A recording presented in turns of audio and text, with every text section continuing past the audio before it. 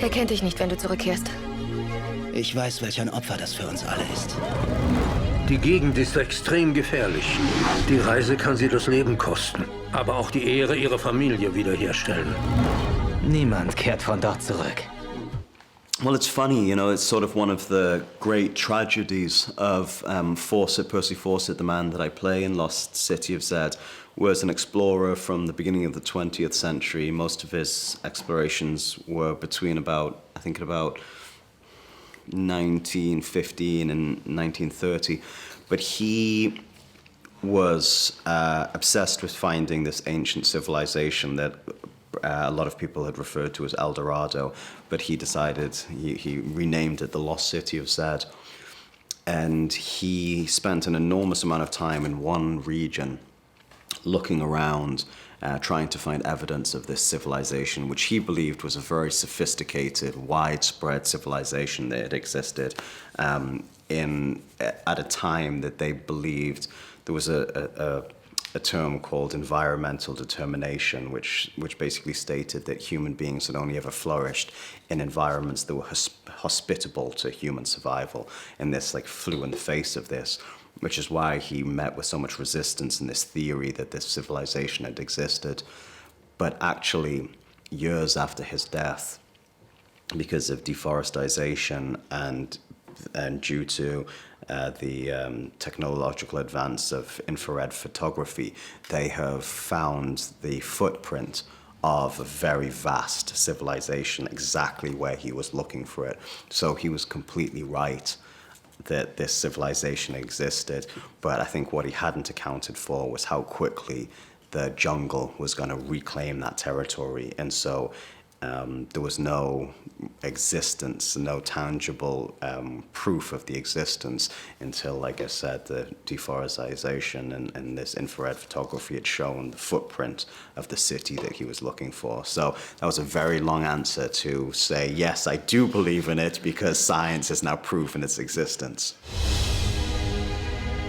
The idea of being an explorer for me is very, very appealing, just in the notion of getting out of civilization and away from people as much as possible and returning to a more natural environment. That's what I find very, very appealing. And I also believe that that was one of the central appeals for Fawcett, that he really felt oppressed and marginalized by society and the powers that be, and desired to be away from that and live a more free existence where his life wasn't being dictated how he should feel, what he should think, what his belief system should be.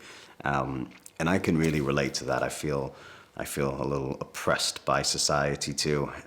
Not in a way that I'm dictated to what I should believe and feel, but there's just so much stimuli and so much pressure to conform all the time and be a certain thing or be a success, so success orientated and results orientated in society. I just think, God, just to go and wake up and try to find some food and create a shelter for yourself is such a more peaceful and immediate way to live life.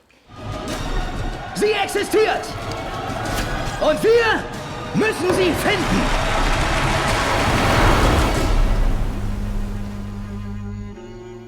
Biggest challenge ultimately is staying dry. It's very, very wet all the time, and to keep your food dry. And I had to lose an enormous amount of weight for this project, and so I took to smoking more cigarettes than I should have been. So to keep your tobacco dry and all of that kind of stuff is always a challenge.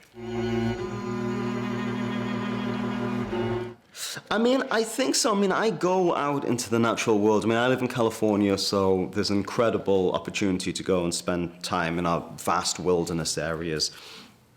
And I go into that environment and, tie my foods in a bag and hang it up a tree and wake up in the middle of the night and there's a bear come to try to steal your food. And, you have to deal with the instinct to be terrified of that. But, and so I feel not necessarily compelled to put myself in those situations, but I guess from talking to people that think that that type of behavior is insane, clearly more comfortable than a lot of people to be in that type of environment. But the